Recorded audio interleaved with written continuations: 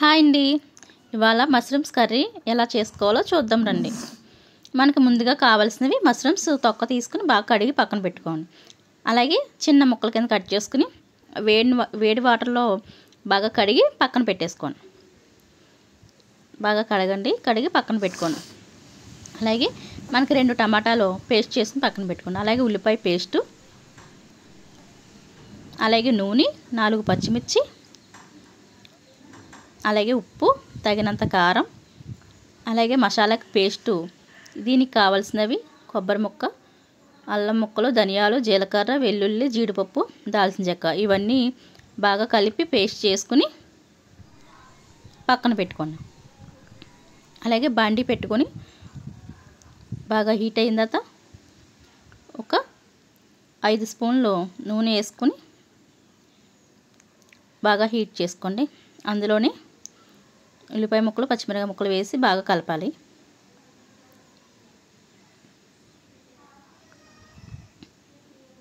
అలాగే ఉల్లిపాయ పేస్ట్ కూడా వేసుకొని బాగా కలుపుకోండి.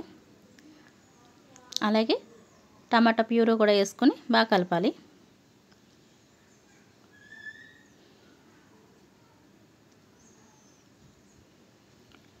బాగా ఉడికిన తర్వాత అందులోనే 1 స్పూన్ పసుపు కూడా వేసుకోండి. వేసి బాగా కలపండి. అలాగే 2 బిర్యానీ ఆకులు కూడా వేసుకోండి. స్మెల్ కర్రీ చాలా టేస్ట్గా ఉంటుంది.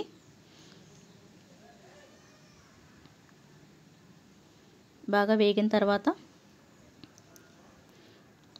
మనం ముందుగా తయారు చేసుకున్న పేస్ట్ ఉంది కదా, వెల్లుల్లిపాయలు, అల్లం, జీడిపప్పు, ఈ పేస్ట్ని కూడా వేసి బాగా కలుపుకోండి.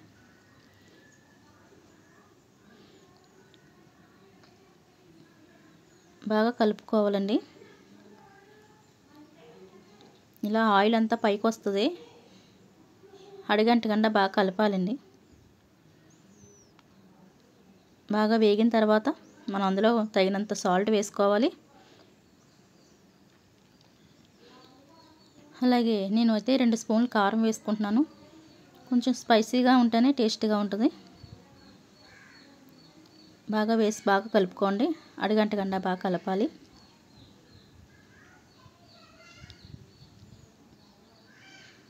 బాగా దగ్గరికి వచ్చిన తర్వాత మనం అందులో కొంచెం గరం మసాలా ఉంటే గరం మసాలా వేసుకోండి.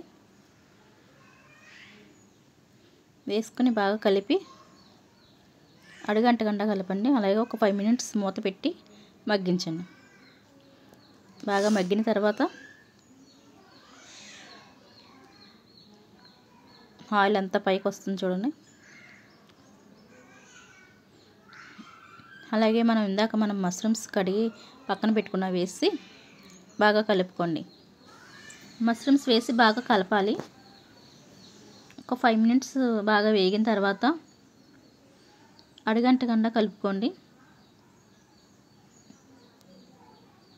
బాగా కలిపిన తర్వాత మనకి ఒక గ్లాస్ వాటర్ వేసుకోండి. చిన్న గ్లాస్ వాటర్ వేసుకుని బాగా కలుపుకోండి.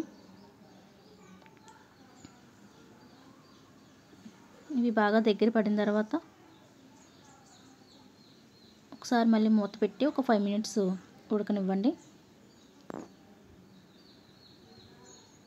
ఇలా దగ్గరికి వెళ్ళిన తర్వాత స్టవ్ ఆఫ్ చేసేసుకోండి.